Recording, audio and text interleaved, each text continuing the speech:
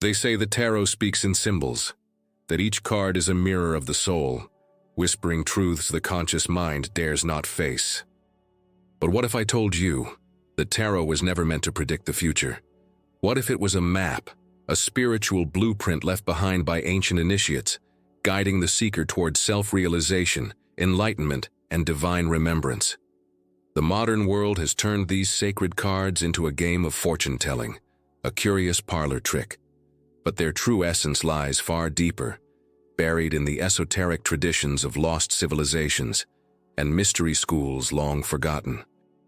Legend tells that the tarot originated not in the Renaissance courts of Europe, but in the temples of ancient Egypt. It is said that within the halls of Thoth, high priests encoded the secrets of the universe into symbolic archetypes, 22 keys that describe the very path of the soul through matter, illusion, and awakening. Each image was a fragment of cosmic memory, part of a grand alchemical formula for transforming consciousness. From there, the knowledge is said to have traveled, hidden within secret orders, the Hermetic Brotherhoods, the Kabbalists of Alexandria, the Sufi mystics, and the Rosicrucians, who recognized in the tarot the language of divine geometry, the architecture of reality itself. So, was the tarot truly invented as a card game? Or was it a veil, a disguise to protect sacred knowledge from those who were not ready to wield it? Could it be that every card, from the Fool to the World, reflects a hidden initiation, a stage in the eternal journey of the soul through the mysteries of creation? In this video, we will peel back the veil. We'll explore the forbidden history of the tarot, its roots in Hermetic, Egyptian, and mystical traditions. We'll uncover the true meaning of its symbols and reveal how the cards are not fortune-telling tools, but mirrors of consciousness, maps of transformation, and gateways between the visible and the unseen. Because once you understand the tarot's real purpose, you'll realize it was never about predicting the future. It was about remembering who you truly are. To trace the origins of the tarot is to wander through a labyrinth of time, a path that winds through forgotten temples, secret brotherhoods, and the echoing chambers of the human soul. Most scholars will tell you that the tarot first appeared in 15th century Europe, beautifully painted decks used for games in the Italian courts. And that is true, on the surface. But beneath that mundane layer lies an older current, a stream of hidden wisdom flowing quietly beneath history, connecting the tarot to the mystery traditions of Egypt, Mesopotamia, India, and Kabbalah. The first whispers begin in ancient Egypt, with the Book of Thoth, said to contain the divine secrets of creation, guarded by the ibis-headed god of wisdom himself. According to legend, this book could grant power over life, death, and the unseen worlds. It was never written in words, but in symbols, living hieroglyphs that spoke directly to the subconscious mind. Centuries later, initiates of the Hermetic mysteries would claim that these same symbols survived in another form, the major arcana of the tarot. Each card, the Fool, the Magician, the High Priestess, reflected an archetypal stage in the spiritual ascent of the human soul, the same way the Egyptian initiates once journeyed through the temples of light and shadow to awaken divine consciousness. From Egypt, this hidden knowledge migrated through Alexandria, the crossroads of philosophy and mysticism. There, Greek, Jewish, and Egyptian sages blended their teachings into what we now call Hermeticism, the philosophy that, as above, so below, as within, so without. It was here that the Kabbalists saw parallels between their tree of life and the tarot's 22 paths. To them, each card was not random. It corresponded to a letter of the Hebrew alphabet, a sphere on the tree, a vibration of divine energy. The tarot became a living diagram of creation itself, an esoteric cosmology hidden in plain sight. As the centuries unfolded, this wisdom traveled underground, encoded within secret societies such as the Rosicrucians and Templars, who believed the tarot preserved the lost language of divine truth. To them, the tarot was not a tool for divination. It was a manual for transformation, a spiritual mirror that revealed the stages of the alchemical process, from ignorance to illumination, from lead to gold, from human to divine. When this knowledge resurfaced during the Renaissance, it was disguised, concealed within artistic allegory and symbolic art to escape persecution by the Church. Painters and mystics like Marsilio Ficino, Giordano Bruno, and later, Eliphas Levi saw in the tarot not superstition, but the universal key that unlocked the connection between number, image, and spirit. Philosophically, the tarot reflects a living philosophy of the cosmos, the idea that the universe itself speaks through archetypes. Each card is a universal principle: courage, wisdom, surrender, love, death, rebirth, forces that move within all things. The tarot doesn't predict what will happen. It reveals what is happening within, the state of your consciousness, mirrored by the divine intelligence of the universe. To the ancient mystic, drawing a card was not fortune-telling. It was communion, a dialogue between the seeker and the source, a way to decode the symbols the soul already understands. The true power of the tarot lies not in its mystery, but in its memory, a memory of who we once were before we forgot our divine origin. And to rediscover that truth, one must walk the same path as the fool, stepping into the unknown, guided only by trust, curiosity, and the hidden language of symbols. If we look closely, the tarot is not a random deck of cards. It is a sacred architecture, a symbolic temple built from archetypes. Every image, number, and gesture on its surface conceals a deeper pattern, a cosmic map of consciousness. And like any temple of initiation, you don't simply study it, you walk through it. The tarot is divided into two great realms, the major arcana and the minor arcana. The majors, 22 in total, represent the soul's eternal journey through the planes of experience, the grand archetypal path from ignorance to enlightenment, from the fool to the world.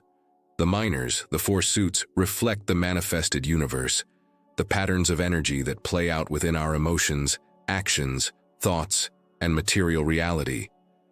Together they form a mirror between the macrocosm and the microcosm, the infinite and the intimate, a visual expression of the ancient axiom, as above, so below.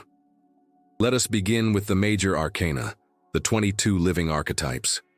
Imagine them as steps of initiation, each card a gate through which consciousness must pass to awaken its divine potential. The journey starts with the Fool, card 0, pure potential, untouched by knowledge or form. He represents the soul before incarnation, standing at the edge of infinity, ready to leap into the mystery of existence. In his innocence lies both danger and divine freedom, the willingness to forget so that we may rediscover. Then comes the magician, the first spark of awareness, the I Am realizing itself in matter. Before him lies the altar of creation, symbols of the four elements, wand, cup, sword, and coin, the tools of manifestation. He reminds us, you are the creator of your reality. The universe responds to your intent. Opposite him stands the high priestess, veiled in mystery. She guards the threshold between the seen and unseen, between the conscious and the subconscious. She teaches silence, that true wisdom is not found in words, but in stillness, intuition, and the hidden language of the soul. Then we meet the Empress, embodiment of nature's abundance, the womb of creation. And the Emperor, symbol of order, structure, and divine law. Matter given form, spirit given discipline. Step by step, the tarot unfolds as the soul's pilgrimage, through teachers, trials, illusions, deaths, and rebirths. The wheel of fortune turns, reminding us that destiny is cyclic. Every rise carries a fall, every end a beginning. The tower strikes lightning through false structures, shattering illusions we once called truth. And finally, the world, the 21st key, represents completion, the union of opposites, the return to divine wholeness. But there is a hidden secret buried in this sequence. The fool's journey never truly ends. Because the world merely brings us back to zero, the fool again, but wiser, radiant, awake. The soul's evolution is not linear, it spirals, eternally returning to itself in ever higher octaves of awareness. The minor arcana, by contrast, deals with the rhythms of the manifest world, the alchemy of daily life. Here, the four suits, wands, cups, swords, and pentacles, correspond to the four elements, the four states of being: wands, fire, desire, will, creativity; cups, water, emotion, intuition, relationships; swords, air, thought, conflict, clarity; pentacles, earth, manifestation, body, stability. In the minor arcana, we learn that spiritual wisdom isn't found only in temples or meditations. It's hidden in the way we act, love, think, and build. Every conflict, every joy, every heartbreak, all of it is part of the great work of the soul refining itself through experience. In truth, the tarot is not a story of gods and symbols. It is your story. The fool is you, standing at the edge of awakening. The magician is you, realizing your power. The tower is you, when your false beliefs collapse. And the world is you, remembering that all along you were both the player and the game, the question and the answer. The tarot doesn't predict your future. It reveals your present consciousness. It is the voice of the divine whispering through symbols, showing you what you are ready to see. To understand the deeper meaning of the tarot, one must step beyond the surface of images and numbers, into the vibrational architecture that gives them life. Every symbol in the tarot is not random. It is the visible expression of cosmic principles, the same forces that shape stars, minds, and atoms. The ancients believed that the universe itself was built from patterns, sacred geometry, sound, and vibration. The tarot, they said, was a mirror of that design, a divine manuscript written not in words but in archetypes. The 22 major arcana correspond to the 22 letters of the Hebrew alphabet, each representing a creative frequency in the universe. Together they trace the 22 paths on the Tree of Life, the mystical diagram used in Kabbalah to describe the descent of divine energy into matter and its ascent back to source.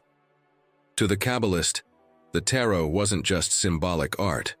It was a living circuit, connecting human consciousness to divine intelligence. Drawing a card was like tuning a string in the cosmic instrument of creation. Each card carried a frequency, and by meditating upon it, one could align with that vibration, awakening dormant aspects of the soul. The Fool, for instance, represents the unformed spark of potential, the cosmic 0 point from which all existence emerges. It vibrates with Aleph, the first Hebrew letter, symbolizing breath, the spirit before creation. The Magician, linked with Beth, the house, represents spirit entering matter, the birth of duality and manifestation. And so, the journey unfolds, a symphony of energies rising and falling through the Tree of Life, guiding the initiate to understand not only the universe, but themselves as part of its rhythm. In this way, the tarot is both map and mirror, a key to the great pattern that underlies all experience. Esoteric philosophers of the Renaissance understood this. They saw in the tarot not superstition but science, the ancient science of the soul. To them, the tarot was a hermetic technology, an instrument that could train the mind to perceive beyond illusion. Eliphas Levi, one of the 19th century's most influential occultists, wrote, "A prisoner devoid of books, who knows how to use the tarot, can learn in a few years more than all the philosophers of his time." Why? Because each card acts as a symbolic doorway into a state of consciousness, a hologram of divine truth. When the mind meditates on a symbol deeply enough, it begins to resonate with what that symbol represents. In this way, the tarot becomes a portal, not to external visions but to internal revelation. But there is another layer, one few dare to explore, the alchemy of vibration behind the tarot's imagery. Each color, number, and arrangement corresponds to a vibrational field. When you gaze upon the cards with intent, you are not just seeing, you are interacting. Your consciousness vibrates in harmony with the archetype before you. This is why mystics describe the tarot as alive. Not because the cards have power on their own, but because they are vessels through which universal consciousness communicates. The cards don't tell you what will happen. They reflect what you are manifesting through your energy. In that reflection, you recognize yourself as both observer and creator, both seeker and oracle. The hidden structure of the tarot also mirrors the journey of the soul through the planes of existence. The major arcana represents the macrocosmic journey, the universal dance of spirit through the cosmos. The minor arcana represents the microcosmic journey, how that same dance unfolds in human experience. And together, they form what the ancients called the ladder of lights, the ascent of consciousness back to divine unity. When initiates of the mystery schools study the tarot, they weren't memorizing meanings. They were performing a ritual of remembrance. Each meditation, each contemplation was a step toward awakening the inner magician, the higher self that creates reality through awareness. In truth, the tarot doesn't answer questions. It awakens the questioner. It shows that the universe itself is a living conversation between matter and mind, symbol and spirit, energy and awareness. And when you learn to read that language, not just with your eyes, but with your being, the veil between the physical and metaphysical dissolves. You no longer pull a card to know your fate. You draw it to remember your power. The tarot is not meant to be mastered by intellect alone. It must be experienced. To truly understand its wisdom, you must learn to enter the cards, not as images on paper, but as living symbols of energy and consciousness. The ancient initiates didn't read the tarot. They communed with it. They allowed each archetype to reveal itself through direct experience, through intuition, emotion, and inner vision. And that is how the tarot transforms from a deck of cards into a mirror of awakening.